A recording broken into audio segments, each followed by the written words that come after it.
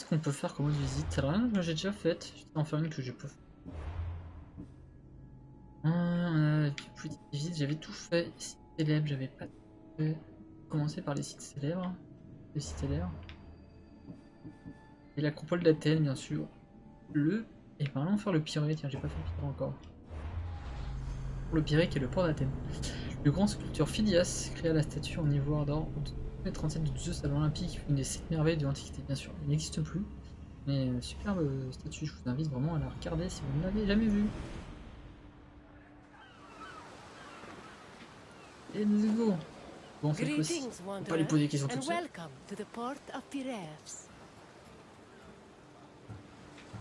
Alors, Piraeus is one of the busiest, most important ports in the Greek world. Money flows through here like a river that runs all the way to Athens. Il n'y a plus qu'à tendre les mains et hop, on récupère un. On commence la visite. Acting as a port for Athens, Piraeus welcomed merchants, goods, and travelers from all over the world.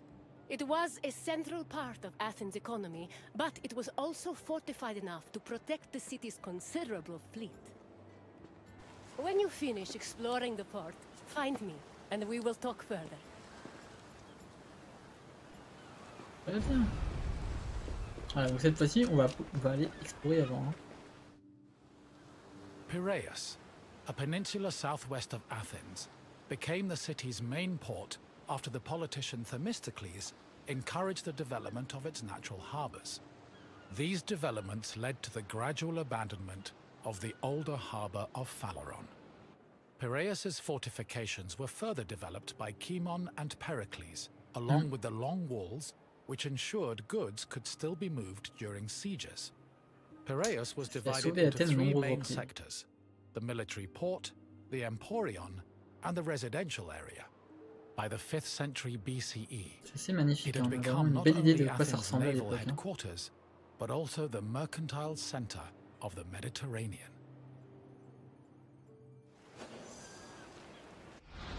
Belle carte, hein, belle carte. Divisé en 3 secteurs, Zéa et Mounki à l'est, le grand port de Kantaros à l'ouest, l'agora du Pirée appelée Agora Hippodamienne en l'honneur de l'architecte Hippodamos, près de la crique. Elle faisait office de marché mais aussi de lieu de réunion politique et militaire. Et le principal port militaire du Pirée était essentiellement composé de stockage et d'abris pour navires. Le port de Kantaros, le vaste port naturel de la Méditerranée, aurait été l'Emporion où se pratiquait le commerce international. Le du Pirée d'après la description de la Grèce de Pausanias, traduction et commentaire. J. Fraser.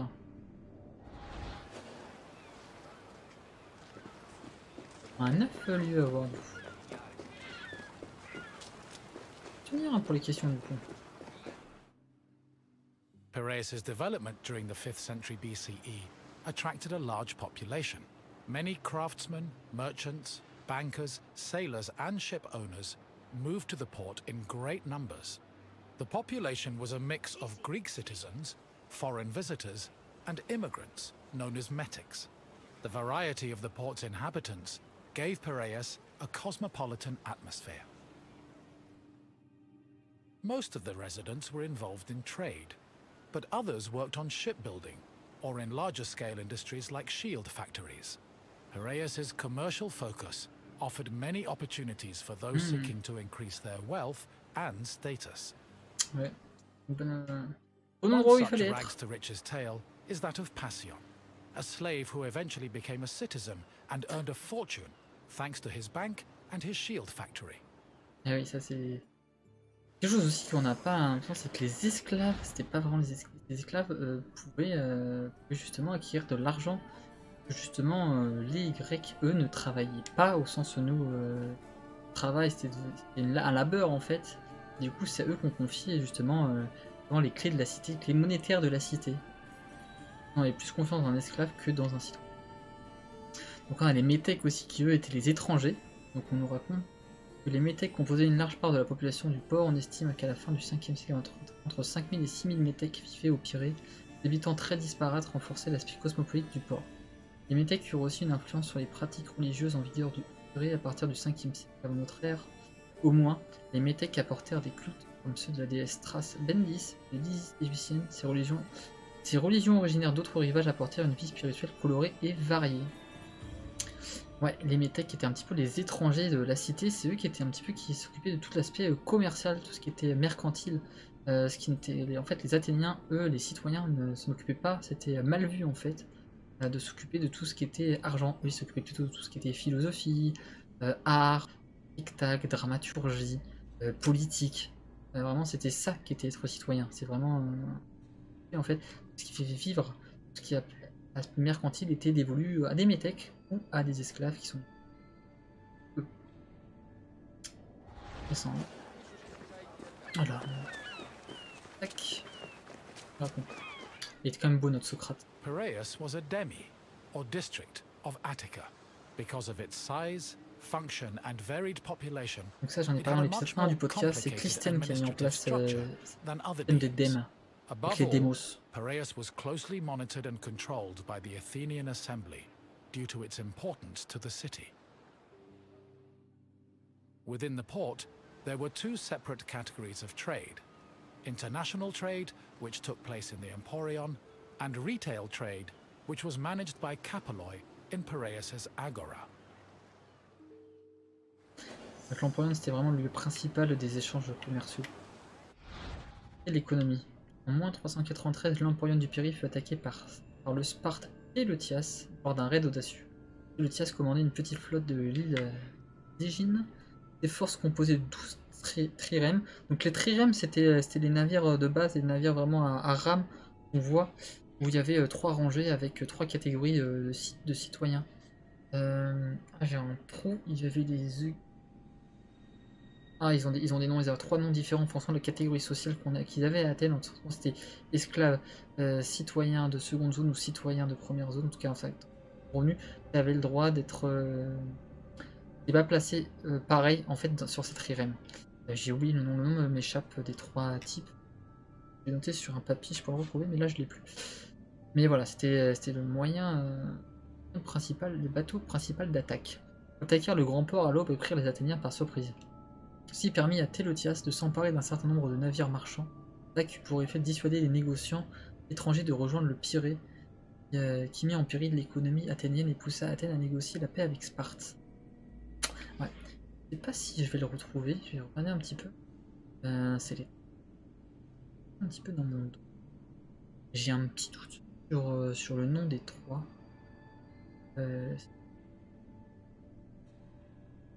Noté sur mon... Je sais plus si je l'avais noté. Athènes.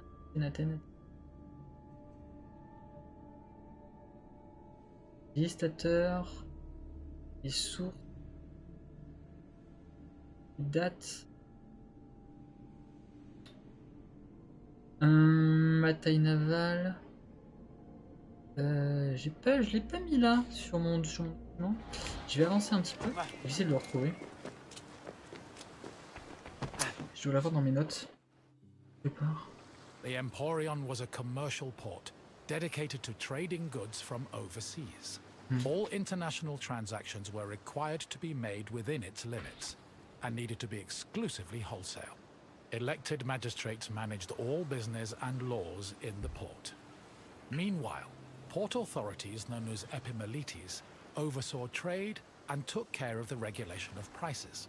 This was an especially crucial duty, as the amount of supplies and goods could fluctuate wildly based on factors like bad harvests or lost cargo. Common products sold in the Emporion included vegetables, fruits, fish, leather, timber, marble, metal, weapons, and ceramics.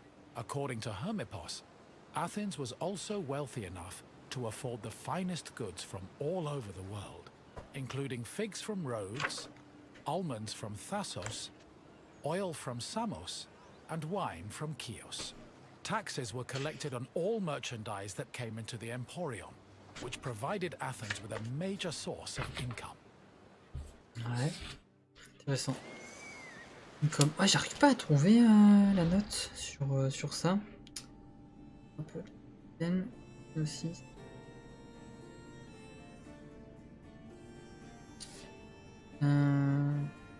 Et la triarchie.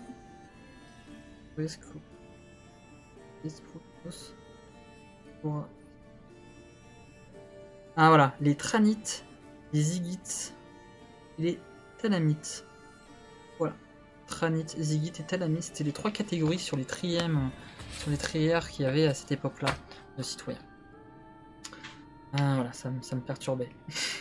Donc les épimélètes qui administraient l'Emporion, donc l'Emporion c'était le lieu du commerce international, étaient nommés par an pour 1 an. Ils supervisaient le commerce et assuraient la qualité des marchandises. Ils faisaient appliquer les règles juridiques, veillaient à ce qu'aucune action des lieux hors de l'Emporion. Voilà, il y avait un lieu qui était réservé spécifique dans l'Emporion où on allait faire toutes les décisions. Donc ils appliquaient les règles, surveillaient les chargements et s'occupaient des réclamations en matière de fraude. Dans les grandes cités de Cathène, les épimélètes partageaient leurs fonctions avec d'autres magistrats spécialisés. Il s'agissait des Neutodis en charge de la justice, les Cytophylactes qui s'occupaient de la vente du grain, et les Pentécostologoi qui collectaient l'impôt sur le commerce. Et oui, il y avait un impôt et des taxes à chaque fois qu'on arrivait dans le port d'Athènes, la ville collectée. Et Pente, c'était la taxe des 500. Hop, j'ai pas regardé, mais en fait, sur mon deuxième document, j'avais pas noté tout ça. Les dates. Je suis en train de me dire que je n'ai pas noté. Il faudrait que je le remette en forme tout ça. Pour la prochaine fois, on pourrait faire un petit approfondissement de cette histoire qui est vraiment cool. En plus là, c'est vraiment... Discours et Tour d'Odyssée est vraiment hyper sympa pour ça. After arriving in the Emporion, merchants set up samples of their goods in a display area called the Deigma. This was where citizens and foreigners gathered to officially make their deals. And almost all merchandise that came into the Emporion was traded within the area. The Deigma was under constant supervision by magistrates, who negotiated price control with the importers. They would occasionally give special privileges to those who agreed to sell at lower prices. These privileges ranged from tax exemptions to specially reserved seating in the theatre. Alors qu'est-ce que ça dit? Qu'est-ce que ça nous dit là? D'ailleurs on a une coupe à figure noire représentant le roi Arsissas de Cyrène, observant les hommes en train d'emballer et peser, empiler les marchandises. C'est sympa, on a une reconstitution. C'est vraiment trop sympa. Vraiment belle, hein. Peser, empiler au Grand Palais à Paris. Ah tiens, il est disponible à la BNF à Paris, de France. Ok. Donc, Athènes était à la tête de la Ligue de Délos, ouais, la fameuse ligue. Il y avait la Ligue de Délos qui est la principale ligue à cette époque-là qui regroupait plusieurs cités.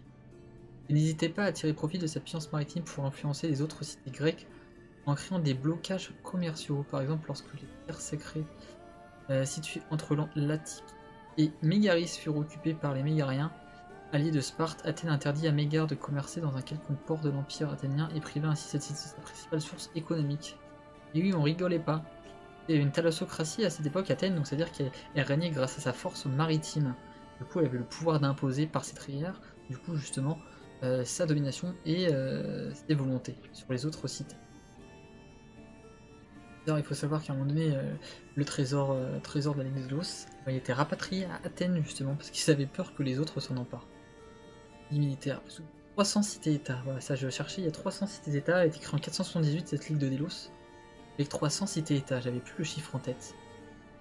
Voilà, et on a, c'est dit, ouais, je disais, dans mes notes, ouais, c'était 40 ans plus tard, donc environ en 438, on a rapatrié le trésor à Athènes. Bon, souvent c'était aussi pour se protéger d'une invasion, parce qu'on considérait que la cité d'Athènes était la cité principale de cette ville de Léos, et si ça permettait de se protéger. Ecclésia, et là je reviens un petit peu sur notre ami. Est-ce que hop, démocratie restaurée, nouvelle base. Procès de Socrate. On a parlé de tout ça, le procès de Socrate. Bataille de Jarginus, on a passé, qui était la défaite athénienne, l'abandon des morts. Qu'on en a parlé. Non. Ok. Ok. Très beau. C'est très sympa ces petites.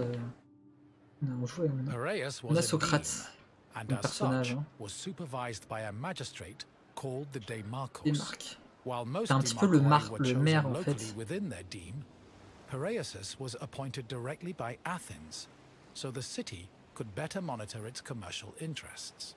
In fact, matters regarding the Emporion, the military harbour, and the grain trade were regularly debated and decided by the Athenian assembly. Transactions within the Piraeus were supervised by metronomoi. These were magistrates responsible for keeping track of weights and measures. They made sure merchants' measurements were always accurate to prevent bad deals and scams. Le métronomoi hein, qui était Even though Piraeus would chargé de eventually develop into a city in its own right, des échanges. it always remained under the control of Athens. On a parlé des dèmes tout à l'heure. Pour aller un peu plus loin sur les dèmes ont été mis en place par Clisthène, j'en parle dans l'épisode 1 du flot d'histoire du podcast.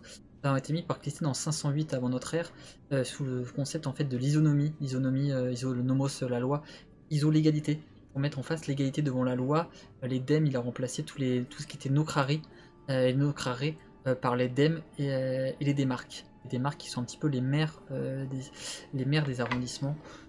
Qu'on appellerait. C'est un système un petit peu avec les 10 tribus. Donc voilà, c'est un résumé un petit peu, schématise un petit peu. J'explique bien plus longuement dans l'épisode 1 du podcast pour ceux qui veulent aller plus loin pour savoir un petit peu comment créer ce système isonomique. Parce que Clisthène, en fait, c'est lui celui qui a mis en place la démocratie à Athènes, qui a prolongé en fait tout ce qui avait été mis en place par Dracon. Dracon qui est connu justement par l'adjectif draconien, les mesures draconiennes qu'il avait mis en place. Ensuite par Solon, qui avait mis en place les 4 classes censitaires en 594, et ensuite Pisistrate, qui était un tyran qui n'a pas la même connotation qu'aujourd'hui, et ensuite Clisthène qui est arrivé et qui a organisé le système démocratique, et en tout cas qui a permis en fait au 5e siècle à Périclès d'être élu 10 fois stratège et de pérenniser cette démocratie. Donc là on est plus sur l'aspect économique, parce que donc on nous parle que les activités commerciales de l'Emporion, donc l'Emporion, je rappelle encore, c'est l'endroit du commerce international où les bateaux arrivaient, a été soumise à une surveillance de plus en plus étroite que celle en vigueur dans d'autres lieux de l'Attique. Bien sûr, parce que c'est là où il y avait tout l'argent qui transitait, donc c'est là où on était vraiment plus regardant pour voir, il y a des grosses sommes d'argent qui transitaient, et surtout qu'à l'époque on n'avait pas d'échec, on n'avait pas de carte bleue, donc on se baladait avec de l'argent sonnant et trébuchant comme je dis, où on avait le poids en fait, on remboursait tout le poids de l'argent, toutes les pièces en or, en argent et en bronze avec nous, donc il y avait des énormes risques. On n'avait pas de banque, pas de système de banque encore disponible, donc on se travaillait avec des grosses sommes d'argent sur nous. Dans Métronomoi, il y avait probablement la possibilité d'infliger des pénalités, de traduire en justice les marchands capables de fraude, tandis que d'autres magistrats comme les agoranomos et les Sietophylakès devaient disposer de pouvoirs similaires. Des inscriptions du 2e siècle avant notre ère laissaient aussi entendre que les magistrats avaient le droit de détruire tout récipient ou conteneur de taille inférieure à celle prévue et d'en confisquer le contenu. Et oui, parce qu'il y avait beaucoup de fraude, du coup ils avaient des contenants qui étaient prévus à cet effet en fait, et du coup ça devait remplir un contenant pour avoir un point précis. Et en fait, le problème c'est que toutes les cités avaient leurs propres mesures. Que ce soit au niveau des pièces d'argent, il n'y avait pas de système, on n'avait pas l'euro encore dans tous les endroits, et même en Grèce, chaque cité avait sa propre mesure et son propre poids. Et du coup, un drachme, qui était la monnaie en vigueur, n'avait pas forcément le même poids d'une cité à l'autre, donc ça complexifiait les échanges. C'est pour ça qu'il y avait le métronomoi, qui était là en fait pour un peu un métronome. C'est là d'où vient le ton métronome, qui était là en fait pour mesurer avec une balance, pour vérifier que le poids en fait de chaque pièce, pour vraiment valider tous les échanges. Donc c'était assez long et fastidieux et compliqué, que chacun arrivait avec ses propres monnaies. On n'avait pas tous la même monnaie. Donc là on a des poids en bronze, hop, on nous dit poids en bronze d'une mine de 100 drachmes, c'est le si. Le si privé représentant un éléphant. Hop, belle pièce. Très belle pièce. Hop, on va continuer.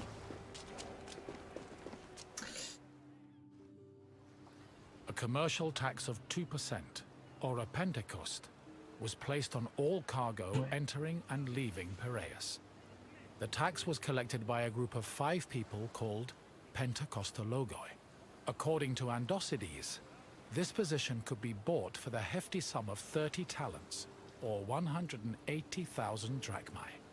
However, most of these officials made a profit of up to Pour d'acheter une 6 charge, c'est talents, qu'on pouvait, making the job contre very rémunération, lucrative. acheter en fait une fonction. While merchants were responsible for setting the Ça se value faisait of beaucoup à their l'époque. goods, Pentecosta Logoi had the power to challenge the value, if they saw fit. Furthermore, merchants were required to register with these officials before they could transport, display and sell their goods. Overall, this system provided Piraeus, and by extension Athens, with a tremendous amount of money. Ah oui, un 2% sur chaque, c'est un petit peu la TVA. Ils avaient mis en place déjà la TVA à leur époque. Dans l'emploi, la justice est assurée par un groupe de magistrats appelés les Notodicae, ou Notodis. Mince. La première mention de ces Notodis remonte à environ moins 450, et leur présence croissante lors des procès accompagne l'augmentation de la puissance financière et politique d'Athènes. Forcément, plus on a d'argent, plus on a de moyens d'embaucher des personnes pour contrôler en fait la finance et l'économie de la cité. Les Notodis étaient également responsables de l'application de la loi de réciprocité ou du talion. Selon cette règle, si un étranger blessait quelqu'un, les Notodis avaient le droit de saisir les biens, les marchandises des commerçants compatriotes de l'auteur des faits. Cette année, des marchands à éviter certains ports afin d'éviter d'être pénalisés par les actions d'autres commerçants. C'est vrai que c'est assez drastique. Afin de contrer le pouvoir des Notodis, certains États disposaient d'une convention judiciaire appelée Symbola. Ah oui. Elle protégeait les marchands contre les harcèlements en leur assurant le droit d'être jugés par un tribunal de la cité. L'institution des Notodis finit par disparaître vers moins 350. Ça n'a pas duré très longtemps au final, hein, 100 ans seulement. La pelliquée figure rouge avec scène représentant un homme magistrat devant une femme tenant une série.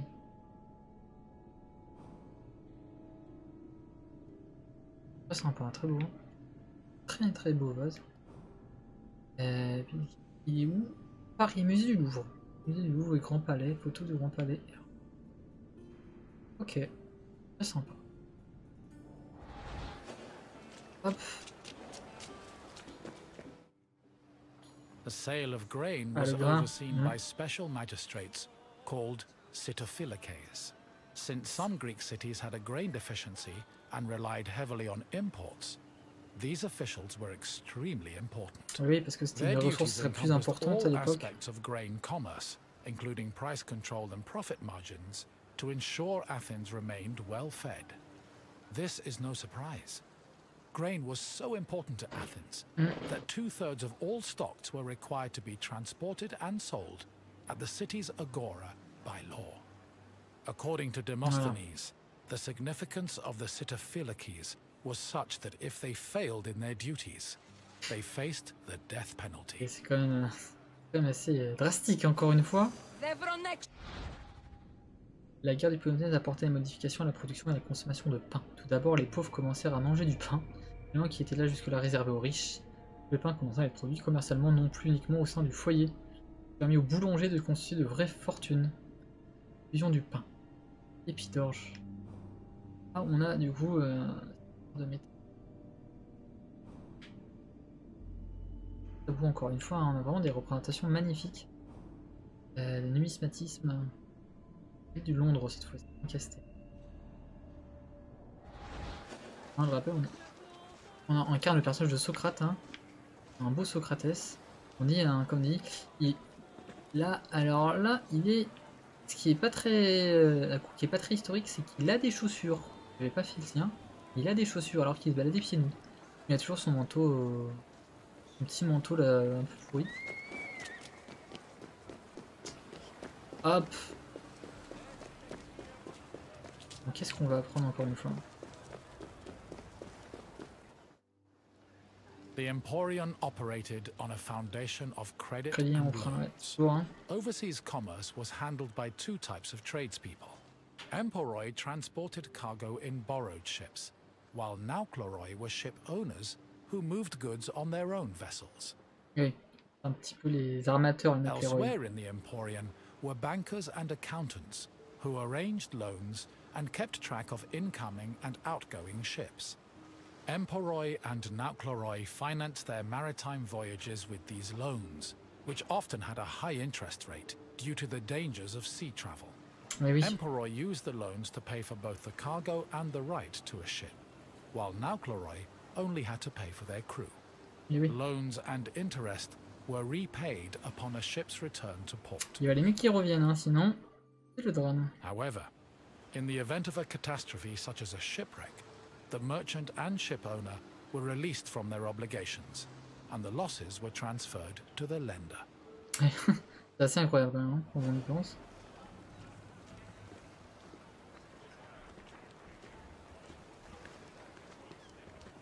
En train de charger s'il y avait d'autres choses à préciser là-dessus.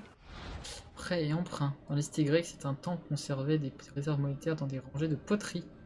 D'ailleurs, aussi des prêts. Ainsi, selon une inscription datant d'environ moins 430, le Parthénon prêta de l'argent à la cité à un taux d'intérêt de 6%. Ça, c'est fou quand même. Les temples qui prêtent, ça prouve la richesse des offrandes, la générosité en fait des croyants. Paradigme athénien. Ah, controverse. Et oui, avec on a la monnaie athénienne avec justement le symbole athénien. La chouette. La fameuse chouette. Sympa. Vous pouvez voir c'était où. Les Lancaster encore à Londres, toujours numismatisme. Je suis en petite mèche. Une grande mèche là. Ok, retournez vers le guide. Ah, les questions. I hope you enjoyed your stroll through the port. Eh oui, Piraeus was important to Athens' commercial interests, but it eventually came into its own as a vibrant and bustling port. If you have any questions, don't hesitate to ask. Oui. Ah, je suis prêt pour les If questions. you say so, let us see what you've learned, Wanderer. On a appris. First, a simple question. Which Athenian politician originally encouraged the development of Piraeus' natural Notre ami harbors? Périclès. Pericles did contribute to the port's development, but he was building off Ah ouais? someone else's ideas. Hop. Try again. Ah ouais, je pensais que c'était Périclès. Il stock là. Correct. Themistocles saw Piraeus' potential as a port and encouraged its development. On to the next question. Pas très What bon, did hein, the c'est cette première city question à chaque of fois. supervise? Ah, on a dit les grains. Yes, Sitophilakes had the extremely important responsibility of handling all matters related to grain Il y en a commerce. qui pouvaient mourir Only s'ils one question left. ne remplissaient pas leur What was the name fonction. of the slave Sympa. who took advantage of Piraeus' opportunities to earn themselves citizenship? Ah, c'était au début ça. Passion, passion, parce que tous les autres c'est que des dieux, je crois. Correct. Passion managed to earn a fortune and achieve citizenship thanks to both his bank and a successful shield business. Your knowledge of Piraeus is impressive. Well done, one.